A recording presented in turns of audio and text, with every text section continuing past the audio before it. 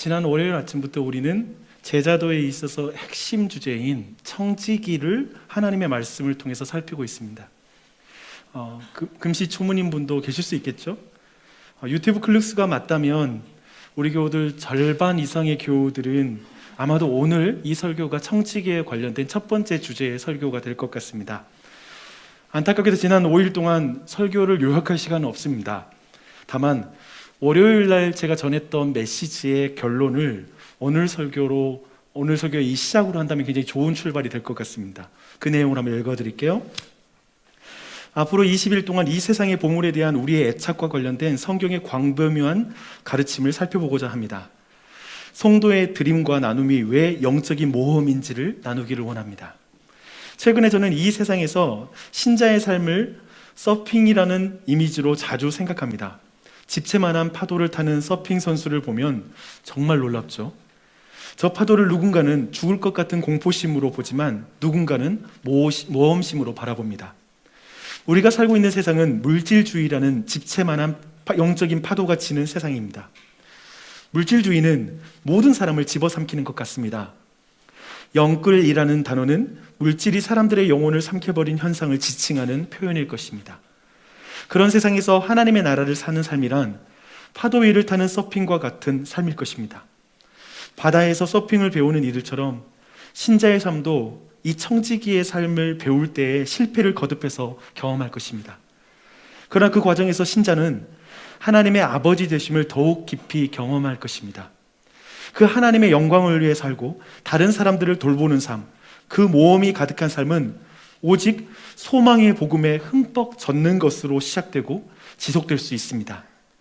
그렇게 20일 동안 복음의 소망에 흠뻑 젖는 나주혁신 장로교회가 되기를 간절히 소망합니다. 아멘. 네, 이렇게 첫 설교의 마지막을 나눴고요. 오늘 설교를 이렇게 시작합니다.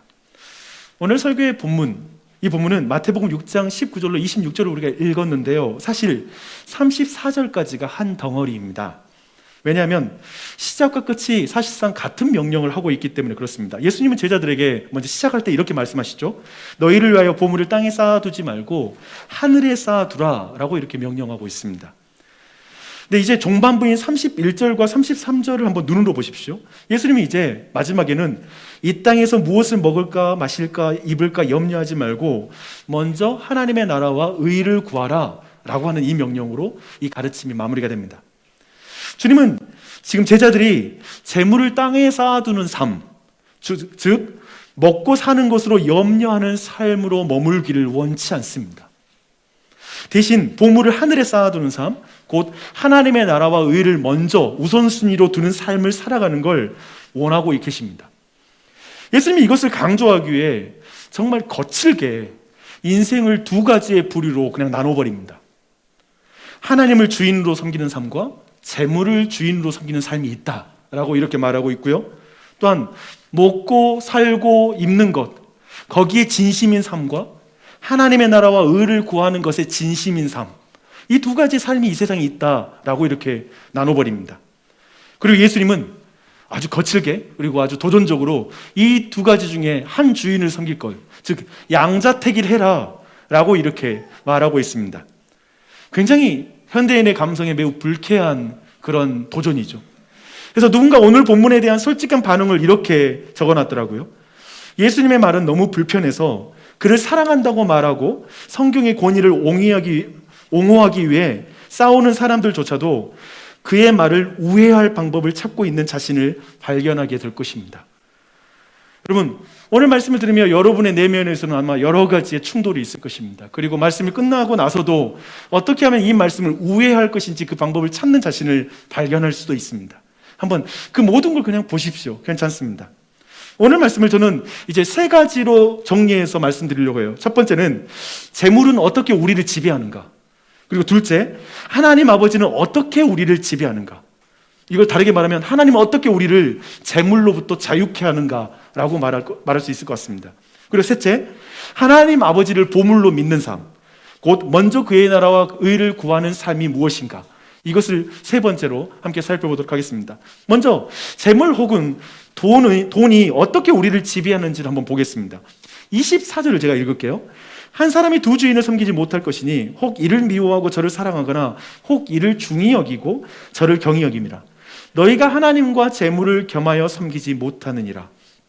예수님은 제자들에게 재물을 의인화시켜서 말하고 있습니다. 그리고 사람을 지배하는 두 주인 중에 하나가 재물이라고, 재물의 어떤 권세를 굉장히 높여서 지금 말하고 있는 것을 보게 됩니다. 우리가 아는 것처럼 유일신을 섬기는 유대인들에게 있어서 누군가를 또 다른 신으로 지칭하는 건 되게 어려운데, 예수님이 재물을 다른 신이라고, 이 세상을 두 가지 신으로 나눈다면 나와 저 재물인데 사람들 그 둘 중에 하나를 섬기고 있다라고 지금 말하고 있습니다. 왜냐하면 돈에는 하나님이 주시는 것을 대신 줄 수 있을 것 같은 그런 힘이 있다라고 사람들이 부여하기 때문에, 그 위치를 부여하기 때문에 그렇습니다. 사람들은 재물에 신적인 권위를 부여합니다. 그리고 힘을 부여하고 있습니다. 돈이 있으면 더 안전해질 것 같습니다. 안전. 또한 돈이 있으면 사람들로부터 이제 인정을 받을 거라는 확신이 있습니다. 사람들이 만약 내가 가진 어마어마한 재산을 알게 된다면 나를 굉장히 잘 대할 것이고 나를 가치 있게 평가할 거라고 생각하는 것입니다. 또한 일이 잘 풀리면 자신의 삶을 통제할 수 있을 거라고 생각합니다. 돈은 내 삶의 모든 위험, 변수들을 다 통제할 수 있는 능력을 내게 부여해 준다라고 우리는 생각하고 있습니다. 또한 돈은 우리를 자유롭게 만들고 안락하게 만들 것 같은, 뭔가 샬롬을 줄 수 있을 것 같은 힘이 돈에 있다라고 우리는 돈에게 그런 권세를 부여하고 있습니다. 그래서 이번에 이 20일 동안 함께 읽었으면 좋을 책으로 추천했던 자크 엘룰의 책을 보면 이런 말을 하고 있습니다. 우리가 잘 아는 대로 현대인에게 돈이란 중대한 것이다.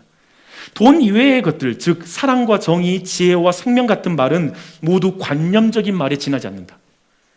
그들은 돈 문제가 해결되면 노동과 인간에 대한 모든 문제가 자동적으로 해결되리라는 확신을 갖고 있다. 이 문제를 해결하지 않는 한 모든 말과 행동은 헛것에 지나지 않는다라는 확신이다. 어떤 의미에서도 교회는 다니고 있지만 돈 문제가 해결되지 않으면 마음이 하나님으로도 도저히 대체가 안 되는 그 상황에 처할 수도 있다라는 것이죠. 돈 문제는 굉장한 힘을 가지고 있어요. 돈이 사람과 사람들이 모여있는 세상을 지배하고 있음을 아마도 가장 잘 간파하고 있고 그걸 잘 이용하는 사람들이 정치인일 것입니다. 1992년도에 미국 대통령 선거에서 민주당의 빌 클린턴 캠프에서 아마 역사적으로 가장 유명한 선거 구호를 이렇게 말하고 있습니다. It's the economy, stupid. 바보야, 문제는 경제야 라는 이 구호로 아마 정말 그 당선에 큰 영향을 끼쳤던 그런 구호였습니다. 돈 문제가 해결되면 인간의 안전과 그리고 인정받는 것, 그리고 통제와 안락함이라는 그 갈망이 자동적으로 해결될 것이라고 생각하는 그 시대의 확신을 정확하게 건드린 것이고, 그것이 굉장한 선거에 이기는 데 영향을 준 것이죠. 이번에 우리나라의 많은 군인들도 월급 200만 원을 기대하고 표를 많이 던졌다고 합니다. 그리고 지금 크게 실망 중에 있죠. 그렇게 대중들은 자신들의 확신을 알아챈 정치인들에게 표를 던집니다. 문제는 바보야, 문제는 경제야 라는 이 구호에 하나님께서 전적으로 동의를 보내고 있지 않다는 것입니다. 누가복음 11장과 12장을 보면 우리는 오늘 본문을 한 이야기로서 예수님이 하시는 그 장면을 보게 됩니다. 오늘 본문의 평행 본문이 누가복음 12장에 나와요. 근데 거기에는 어리석은 부자가 나옵니다. 그 비유가 나옵니다. 한 부자가 밭에 소출이 너무 풍성해서 바로 곡식을 쌓아둘 곡간을 더 크게 짓기로 이제 마음먹어요. 마음으로 이제 계획합니다. 근데 부자가 이 계획을 딱 세워놓고 마음으로 생각만 해도 너무 행복한 거예요. 너무 즐거운 거예요. 그래서 스스로 이렇게 말합니다. 내 영혼아, 여러 해 쓸 물건을 많이 쌓아두었으니 평안히 쉬고 그리고 먹고 마시고 즐거워하자. 지금 부자는 참으로 오늘 말씀에서 땅에 보물을 쌓아두고 그 물질이 자신에게 모든 안전과 인정과 통제와 그리고 안락함을 가져다 주리라고 지금 확신하고 있는 것입니다. 근데 그때 하나님이 그의 그 확신에 초를 치죠. 어리석은 자여, 바보야, 오늘 밤에 내 영혼을 도로 찾으리니 그러면 내가 준비한 것이 누구의 것이 되겠느냐? 바보야, 문제는 생명이야. 이렇게 말하는 거죠. 경제야가 아니라 문제는 생명이야. 예수님은 그 부자를 이렇게 평가합니다. 자기를 위하여 재물을 쌓아두고 하나님께 대하여 부요하지 못한 자가 이와 같으리라. 자신을 위해서 재물을 쌓아둬요. 하지만 하나님께는 너무나 가난한 자예요. 이렇게 말하고 있습니다. 지금 이 비유에서 어리석은 부자가 지금 보여주고 있는 것은 재물의 힘에 대한 굉장한 확신을 보여주고 있습니다. 어리석은 부자는 돈이 하나님이 줄 수 있는 그 안전, 그리고 안정, 인정, 통제와 평안을 대신 줄 수 있는 힘이 있다라고 믿기 때문에 지금 이 사람의 모든 삶의 양식은 돈을 쌓아두는 것에 관심이 있습니다. 왜냐하면 돈의 그 충분한 자산만이 자기를 안전하게 만들 수 있고 자기를 삶을 온전히 통제할 수 있다고 생각하기 때문에 쌓아두는 것에 관심이 있는 것이죠. 그는 실질적으로 돈을 주인으로 섬기고 있는 것입니다. 그는 세상을 향해 야, 돈으로 안 되는 것이 있다라고 말하는 사람들 있잖아. 자세히 보면 돈이 없어서 하는 말이야. 그 자기 위로에 지나지 않는 말인 거야. 바보야. 그래도 문제는 돈이야. 아무튼 돈 문제가 해결돼야 돼. 라고 이렇게 외칩니다. 그런데 지금 예수님께서 보여주시는 건 뭐냐면 재물의 무력함입니다. 재물의 한계를 말씀하고 있습니다. 어리석은 자야, 오늘 밤에 내 생명이 계속되리라는 확신은 어떻게 갖느냐?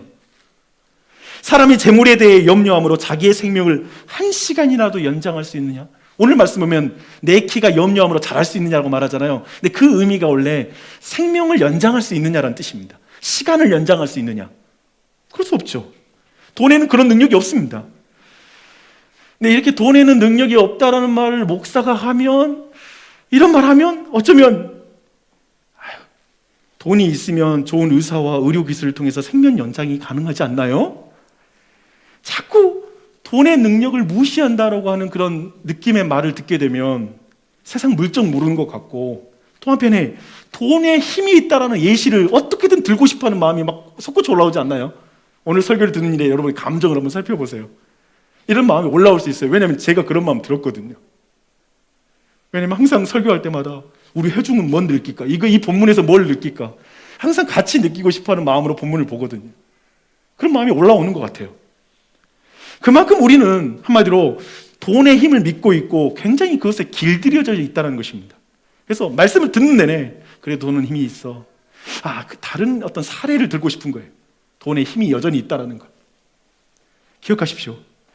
돈은 여러분을 하여금 전능자가 된 기분, 즉 내 삶을 다 통제하고 있다라는 그 기분을 선사해 줄 것입니다. 그걸 준다라고 확신을 약속해 줘요. 하지만 돈은 여러분을 신으로 만들어 주진 않습니다. 돈은 당신에게 어느 정도의 안전을 줄 수 있다고 생각하지만 모든 위험으로부터 여러분을 막을 수는 없을 것입니다. 성취 속의 공허함을 막을 수가 없습니다. 어떤 성공 속에서 의미 없음을 막을 수가 없습니다. 그리고 중요한 건 뭐냐면 돈은 오늘 말씀 말한 것처럼 죽음을 막을 수가 없습니다. 생명을 연장시킬 수도 없습니다. 사고를 막을 수도 없고요. 관계가 깨지는 것도 막을 수가 없습니다. 안타깝게도 돈은 빌 게이츠와 멀린다 게이츠의 이혼을 막을 수가 없습니다. 그 관계가 깨지는 걸 막을 수가 없어요. 왜 그럴까? 재물은 그러나 어떻게 이 어리석은 부자를 지배합니까? 돈은 어떻게 우리를 지배합니까? 돈은 어떻게 자본주의 세계와 대한민국을 지배합니까? 자크 엘릴은 예수님의 가르침에 따라서 돈이 우리를 지배하는 방식을 이렇게 설명하고 있습니다. 사람들이 이 권세에 사로잡힌다라는 것은 그들이 돈에 실제적이고 사회 정치적인 권세를 부여했다는 것을 의미한다. 사람이 돈에 권세를 부여해야만 돈이 권세를 갖게 되는 것이다. 돈이란 객체가 국가와 군대와 대중과 지식인들에게 상전이 되는 것은 모든 사람이 그 권세를 인정할 경우에 한한다. 이 말은 즉 여러분의 인생에서 돈에게 부여하는 그 권세만큼 돈은 여러분을 지배합니다. 여러분을 다스릴 것입니다. 오늘날의 교회도, 오늘날의 그리스도인도 돈이 하나님이 주실 수 있는 것을 대신 줄 수 있는 그 권세가 있다고 믿는다면 돈이 주인인 삶을 살아갈 수밖에 없습니다. 잘 보십시오. 이스라엘의 역사 내내 그들은 여호와와 바알을 겸하여 섬깁니다. 그러니까 여호와 신앙을 버린 적은 없습니다. 이스라엘 사람들이 항상 바알 신상을 옆에다 또 세워두고 같이 섬기는 거예요. 하이브리드 신앙이죠. 같이 갈 수 있다고 생각하는 것이죠. 교회의 역사 또한 또 무엇을 보여줍니까? 교회의 하나의 어두운 역사는 돈과 하나님을 겸하여 섬길 때의 역사가 그 모든 걸 보여주고 있죠. 참 추하죠. 돈과 하나님을 겸하여 섬기는 목사를 보는 것도 여러분이 볼 때 불쾌할 것이고, 동일하게 그렇게 살아가는 교회의 모습은 늘 비참하게 보입니다. 세상 것도 붙들고 하나님의 것도 가지려고 합니다. 재미있는 건 타자와 아니면 역사 속에서 성경 볼 때 이런 교훈이 있잖아요. 돈과 하나님을 겸한 그 시대와 그 비참한 기독교 역사를 보면 이러면 안 돼 라고 이렇게 말하는데요, 자신의 그런 상황에 있다는 걸 인식하는 거 쉽지 않습니다. 내가 탐심이 있다는 걸 깨닫는 사람은 거의 없습니다. 우리 모두 나는 소박해라는 생각 속에서 나는 매우 이 돈에 대해서는 굉장히 나는 그렇게 욕심 없는 사람이라는 생각을 갖기 쉽습니다. 그게 사람의 눈을 어둡게 만드는 돈의 특성입니다. 그래서 어쩌면 그리스도인들이 돈과 하나님과 재물을 겸하여 섬기고 싶어하니 세상 사람들은 교인들이 더한다, 정말 욕심꾸러기들이야, 천국도 가야 된다고 그러고 이 세상에서 또 저 빌라를 가져야 되겠다고 하네, 욕심꾸러기야, 욕심 잔뜩 들어가 있어, 이런 평가를 하게 되죠. 예수님은 하나님과 재물을 겸하여 섬길 수 없다고 말씀하시는데, 교회 안에 있는 많은 사람들은 그걸 겸하여 섬기는 것이 가능하지 않나요? 라는 질문을 멈출 수가 없습니다. 이 미련을 지울 수 없는 이들은 어떻게 여기에서 자유롭게 될 수 있을까요? 어떻게 여기서 해방될 수 있을까요? 도리어 어떻게 하나님 아버지가 그의 삶을 지배할 수 있을까요? 이제 그걸 살필 차례입니다. 예수님은 계속해서 오늘 본문 말씀 이어갈 때 이제 염려에 대한 그런 말씀을 중요하게 두 번째 단락에서 말씀하고 있습니다. 오늘 말씀을 보면 사람들이 무엇을 먹을까? 무엇을 마실까? 무엇을 입을까를 염려한다고 말합니다. 재물을 모으는 것도 사실 이 염려와 관련되기 때문에 재물을 중요하게 생각하죠.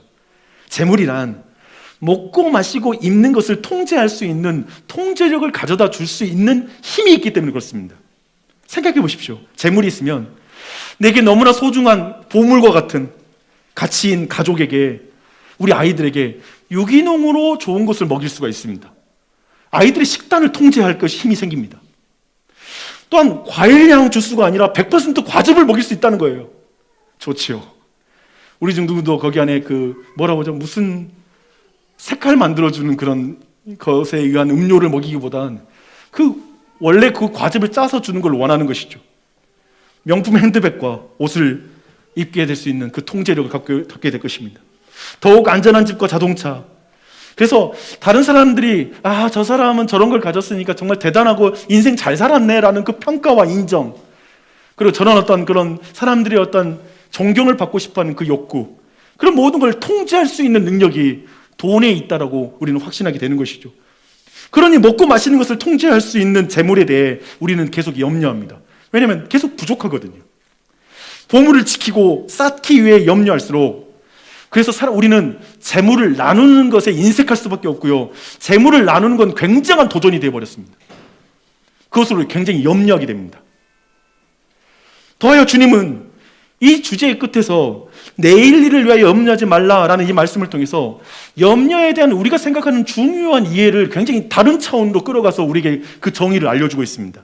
염려란 실제가 아니라 가능성에 대한 우려라는 것입니다. 우리는 내일 일 아니면 10년 후, 은퇴 후를 염려하잖아요. 실제가 아닌 가능성에 대한 것을 두고 우리는 우려합니다. 염려란 우리가 통제할 수 없는 것에 대한 걱정인 것입니다. 미래를 누가 통제해요? 오늘 저녁에 내가 하나님 생명을 가져가면 어떻게 될지 모르는 인생인데, 이렇게 모든 불안의 본질은 우리가 통제할 수 없는 것을 통제하려는 욕망과 연결이 됩니다. 이렇게 미래에 대한 가능성에 대한 우리의 우려를 이용해서, 그래서 보험 상품은 넘쳐나는 것이죠. 그리고 또한 연금의 종류도 굉장히 다양합니다. 생각하면 그거 하나하나 들려고 한다면 그것 또한 또 돈의 힘 아래에 있기 때문에, 그래서 돈은 결국 굉장히 우리에게 중요한 주제죠. 그래서 사람들은 돈을 나의 보물, my precious, 이 말을 하면 그 반지의 제왕에서의 그 골룸이 생각이 나죠. my precious. 딱 하는 그거죠. 그럼 내 머리털 다 빠졌어요. 그거 하나에 대한. 근데 뭐냐면 그 자체의 골룸이 보여주는 건 어떠한 것에 그냥 그 반지라는 어떤 절대 반지, 모든 걸 내게 줄 것 같은 거기에 몰입될 때 그 자신의 모습이 어떻게 변한지를 모르는 상태가 되는 거. 자신이 얼마나 파괴되는지를 모를 정도로 그렇게 사람의 눈을 어둡게 만들어 본다는 그 특성을 보여주고 있죠. 예수님이 이렇게 염려하는 자들에게 이렇게 말씀하십니다. 이것으로만 너희가 염려에서 벗어날 수 있다는 것이죠. 공중의 새를 보라. 심지도 않고 거두지도 않고 창고에 모아들이지도 아니하되 너희 하늘 아버지께서 기르시나니 너희는 이것들보다 귀하지 아니하냐. 또 너희가 어찌 의복을 위하여 염려하느냐? 들의 백합화가 어떻게 자라는가 생각하여 보라. 수고도 아니하고 길쌈도 아니하느니라. 오늘 있다가 내일 아궁이에 던져지는 들풀도 하나님이 이렇게 이쁘시거든. 하물며 너희일까 보냐? 들으십시오. 믿음이 적은 자들아. 믿음이 적은 자들아. 예수님은 먹고 사는 것으로 염려하는 자들에게 하나님 아버지를 믿으라고, 그분만이 너희들을 거기서 해방할 수 있다는 걸 말씀하고 있습니다. 우리가 염려하는 것은 재물의 유무 혹은 재물의 많고 적음 때문에 우리가 염려하는 것이 아니라 하나님 아버지에 대한 믿음이 적기 때문에 염려하는 것이라고 말씀하고 있습니다. 염려란 하나님 아버지를 믿지 못하고 고아가 되어 내 생계를 홀로 생각하는 것이 염려입니다. 내 자식 나 혼자 키우는 거, 내 미래, 내 자식의 미래, 아니면 우리 가정의 미래, 그냥 나 혼자 고민하고 있는 것. 하나님이 그 안에 간섭하고 하나님이 보호하고 하나님이 공급하고 있다는 걸 안 믿고 그냥 그 자신을 나 홀로 대면하고 있는 것, 그게 염려라고 말하고 있습니다. 너무나 많은 사람들이 하나님 아버지를 신뢰하지 않고 내 인생, 내 가정, 내가 제일 사랑하지, 하나님도 모르겠고 내가 제일 사랑하고 나만 지켜낼 수 있어, 그래서 내가 건강해야 돼, 내가 경제활동 안 하면 내 가정, 내 아이들 미래는 완전히 망가질 거야, 온통 거기에 몰입되죠. 그걸 염려하며 걱정하며 살아가요. 심지어 그게 교회 안에도 그런 일이 벌어지기 때문에 예수님 지금 이 말씀, 산상수훈은 믿는 자에게 하는 말씀이거든요. 예수님을 따르기로 결정한 사람들에게 하시는 말씀이거든요. 근데 교회 안에도 그런 사람이 너무나 많이 있다는 거예요. 근데 그것이 뭐냐면, 하나님 뭐냐면, 내가 아버지인 걸 너희들이 인정하지 않는 게 난 너무 힘들어. 마치 우리의 자녀들이 이제 학교 입학하면서 내가 문구를 어떻게 사야 될지 모르겠어. 돈을 벌어야 되는데. 막 내 아이가 그걸 염려하고 있다라면 부모는 그거 보면 미쳐버리죠. 네가 나를 뭘로 봐. 내가 너 엄마고 너 아빠인데, 내가 있는데 그건 내 비즈니스야. 너의 비즈니스 아니야. 아빠를 믿어야지. 나 아빠를 얼마나 무시하는 행동이잖아요. 그거는 부모를 무시하는 행동이죠. 그러니까 지금 하나님의 이 마음을 우리가 아는 게 중요한 것 같아요. 우리가 먹고 마시는 것으로 염려하는 것 자체가 하나님을 신뢰하지 못한다라는 그 표징이거든요. 그래서 예수님이 염려를 지울 수 있는 유일한 방법은 하나님 아버지라고 말씀하고 있습니다. 그렇다면 하나님이 우리의 진정한 보물인 것입니다. 그런데 저는 이제 하나님이 여러분의 진정한 보물이 있는 그 과정, 하나님이 여러분을 어떻게 지배하는 그 과정을 한번 더 말씀드리고 싶습니다. 돈이 여러분을 지배하는 것과 너무나 다른 과정으로 우리를 하나님이 지배하십니다. 우리는 모두 사실 보물을 가지고 있죠. 여러분 모두 보물이 있어요. 내 자녀가 보물일 수 있고요, 가족, 그리고 내가 인정받는 것이 보물일 수 있고, 경력이 보물인 사람도 있을 것이고요, 그리고 로맨스가 보물인 사람도 있을 것입니다. 근데 우리는 중요한 건, 우리는 그 보물을 위해서 우리는 대가를 지불합니다. 때로는 이래요. 인정받기 위해서 내 가족을 희생시키기도 합니다. 그렇죠?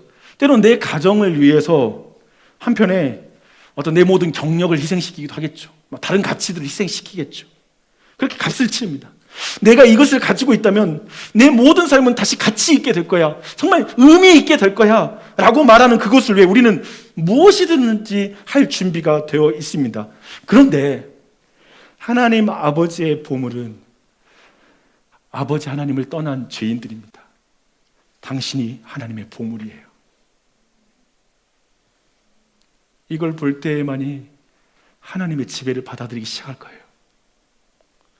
하나님은 당신을 얻기 위해, 당신이 다시 하나님을 아바 아버지라 믿고 부르게 하기 위해 그분이 하실 수 있는 모든 걸 하세요. 왜냐하면 보물을 위해서 모든 걸 하니까요, 사람은. 근데 하나님도 그분의 보물을 위해서 모든 걸 하세요. 사람을 사랑하사, 세상을 이처럼 사랑하사, 사람을 보물로 여기사 독생자 예수 그리스도를 보내주십니다. 최고의 보물인 예수님을 우리에게 보내주셨습니다. 그는 근본 하나님의 본체시나 하나님과 동등됨을 취할 것으로 여기지 아니하시고 오히려 자기를 비워 종의 형체를 가지사 사람들과 같이 되셨고 사람의 모양으로 나타나서 자기를 낮추시고 죽기까지 복종하셨으니 곧 십자가에 죽으십니다. 예수님은 땅에서 비참하게 된 보물들을 위해, 우리들을 위해 하늘 보좌에서, 그 하늘 보좌에 있는 궁극적인 안전과 인정과 통제와 안락함이라는 그 모든 보물들을 버리고 이 땅에 내려오셨습니다. 그분은 온 우주의 가장 큰 보물인 하나님 자신을 위해 우리를 희생시키는 게 아니라 죄인인 우리를 보물로 여기사 자신을 희생시키셨습니다. 십자가에 달려 죽으신 것입니다. 그리고 그분을 믿는 자에게 진정한 보물인 성령님을 주셨습니다. 사도 바울은 그래서 이렇게 말합니다. 너희는 다시 무서워하는 종의 영을 받지 아니하고 양자의 영을 받았으므로 우리가 아빠 아버지라고 부르짖느니라. 하나님이 진정한 보물이신 자신의 아들을 대속의 제물로 주신 것은 우리가 하나님을 다시 아빠 아버지라고 부르게 하기 위해서 그렇습니다. 오늘 말씀과 연결되면 우리가 고아와 같이 사는 걸 너무 원치 않습니다. 하나님이. 그리고 자신이 선하신 아바 아버지라는 걸 우리에게 그 음성과 그 고백을 듣기 위해 예수 그리스도를 보내주셨습니다. 그래서 예수님을 통해 이제 마지막으로 세 번째, 하나님 아버지를 보물로 믿는 삶을 이제 볼 차례입니다. 이제 예수님을 통해 하나님을 아바 아버지라고 부르는 자들은 이제 예수님을 도리어 보물로 여기기 시작합니다. 이제 예수님이 그 마음의 보물이 돼요. 예수님을 가장 소중한 가치로 믿을 때에만 이제 우리 모두는 실제적으로 돈으로부터 자유함을 얻기 시작합니다. 돈에서 해방되기 시작합니다. 이제 내 주인이 하나님이거든요. 예수 그리스도거든요. 예수님이 죄인을 위해 십자가 위에서 고독과 소고까지 다 내어주셨고 우리의 생명을 위해 자기의 생명을 내어주셨음을 믿을 때 내가 가진 모든 것이 하나님의 것입니다 라고 고백하기, 청지기로서 고백하는 그 고백이 드려지기 시작합니다. 이렇게 예수님을 보물로 삼는 자는 땅이 아니라 이제 하늘의 보물을 쌓는 삶으로 나아가기 시작합니다. 자기를 위하여 재물을 쌓아두고 하나님께 가난한 삶을 사는 것이 아니라 이 땅에서 내 생활 방식의 기준을 좀 낮추더라도 내 돈 쓰임의 규모를 낮추더라도 하나님께 대하여 부유한 삶을 이제 살아가게 됩니다. 그런 삶의 변화가 일어나죠. 사도 바울은 이렇게 말합니다. 우리가 이 보배를 질그릇에 가졌으니 이는 심히 큰 능력은 하나님께 있고 우리에게 있지 아니함을 알게 하려 함이라. 사도는 이제 자신을 질그릇이라고 표현하기 시작합니다. 그러면서 그는 질그릇을 위해서 무엇을 먹고 무엇을 마시고 무엇을 입는 것에 초점을 맞추지 않죠. 왜냐하면 이제는 더 이상 그는 질그릇을 자신을 보물로 여기며 내 가치를 보물로 여기는 삶을 이제 더 이상 살지 않겠다고 선언합니다. 도리어 보물을 위해 질그릇인 자신이 깨어져도 좋다라는 말을 이어서 합니다. 여기서 깨어진다는 말은 뭐냐면 죽어도 좋다. 그것도 유익하다. 왜냐하면 질그릇이 깨지면 바로 보물이 이 세상에 드러날 테니까 라고 말합니다. 이제 보물이 바뀌었으니 말입니다. 역사 속에 이스라엘도 그리고 교회의 많은 시대가 돈과 하나님을 겸하여 섬기면서 어두운 모습을 보여줬던 역사도 있지만 또 한편에 하나님을 주인으로 섬기며 돈을 사용한 사람들도 있었습니다. 로마 시대 초기의 기독교인들이 당대 사람들에게 그 기독교인들이 가진 삶의 방식, 그것이 사람들을 어떻게 놀라게 했고 또 사람들에게 어떤 인정을 받았는지를 디오그네투스라는 사람이 쓴 오래된 편지에 그 기록이 남아 있습니다. 그는 이렇게 말합니다. 우리는 모든 사람과 식탁을 공유하지만 침대는 모든 사람과 공유하지 않는다. 지금 이 말은 뭐냐면 당시 로마 사회에서 많은 사람들이 몸에 대해서는 난잡했습니다. 자유연애, 그리고 그 가운데 몸을 많은 사람과 공유하는 것이죠. 하지만 돈에 대해서는 매우 인색했습니다. 그런데 그 당시에 그리스도인들이 그와 완전히 다른 삶을 살아간 것입니다. 그리스도인들은 몸에 대해서는 누구와도 인색합니다. 누구와도 공유하지 않아요. 결혼한 관계 외에서 그걸 공유하지 않아요. 하지만 돈에 대해서는 관대한 거예요. 자기의 재물을 먼저 그의 나라와 의를 구하는 데 사용하는 것에는 인색하지 않은 거예요. 우리 시대에 우리는 그리스도인으로서 어떻게 살아야 할까요? 여러분의 주인이 누구인지 드러내는 삶을 살아가십시오.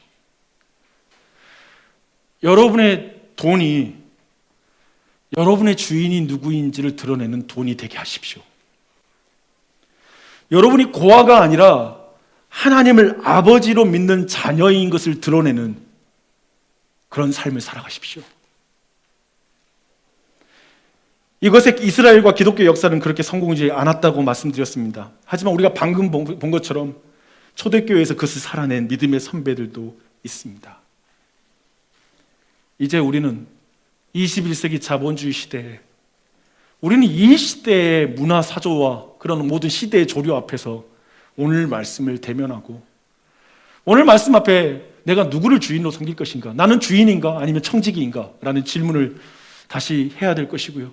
나는 하나님 아버지를 믿고 있는가? 아니면 고아로서 신앙생활을 하고 있는가? 다시 우리에게 물어야 될 것입니다. 고민하십시오. 생각하십시오.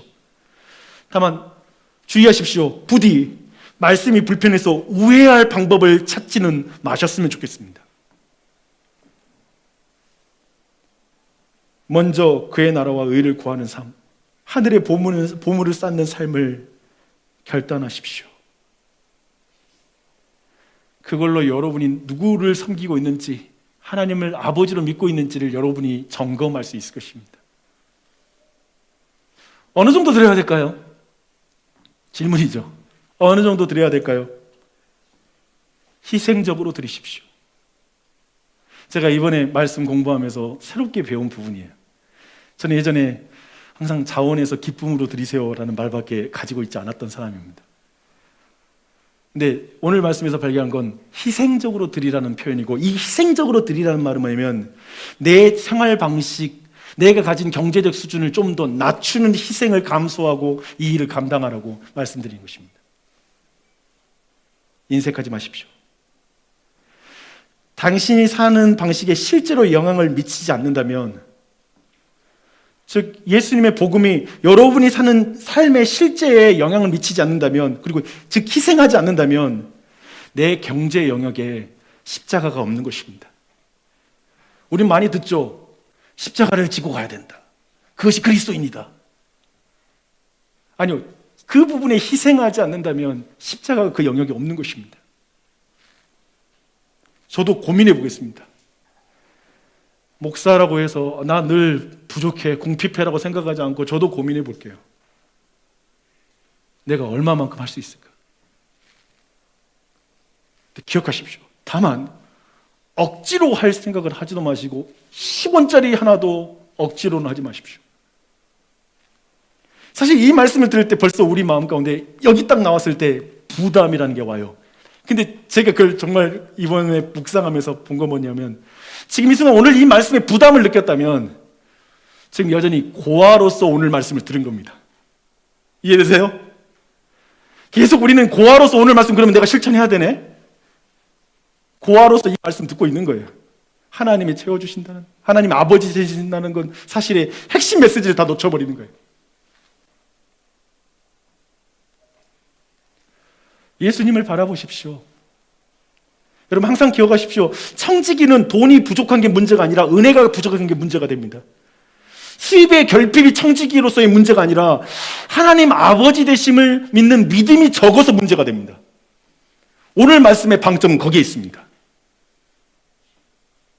그리고 그 받은 은혜의 크기로 그저 여러분의 삶에서 할 수 있는 대로 희생적으로 힘써 그 일을 감당하십시오. 우리가 꿈꾸는 교회, 그리고 이 시대의 한국교회, 기독교의 영향력, 이 모든 것에 대해서 우리가 비난하면서 말했던 것은 그건 뭡니까? 교회가 욕심이 많구나 아닙니까? 그러면 이 시대 여러분이 살아내서 이 교회를 통해서 이 도시 가운데, 이 역사 가운데 여러분이 드러낸 신앙의 장은 무엇입니까? 그것은 오늘 말씀이 아닐까요? 그리스도가 나를 위해서 나를 보물로 여기셨다라는 것에 사로잡혀야 돼요. 나라는 보물을 위해서 예수 그리스도를 보내주시고 주실 수 있는 모든 걸 하셨다라는 것에 내가 감동이 돼야 돼. 그 은혜에 사무쳐야 돼요. 그리고 나에게 이제 유일하게 남은 건 먼저 그의 나라 의를 구하는 것이고, 하나님이 온전한 것처럼 나도 온전한 것이고, 예수님을 닮아가는 게 내 삶의 목적이라는 것을 받아들이는 거예요. 그리고 기꺼이 그것을 위해서 내 모든 삶의 영역과 씀씀이와 모든 걸 재조정하는 거예요. 그것이 우리 안에 일어나는 걸 통해서 우리는 우리 시대의 교회를 살아내야 되겠죠. 그렇게 복음을 증거해야 되겠죠. 그렇게 나아갔으면 좋겠습니다.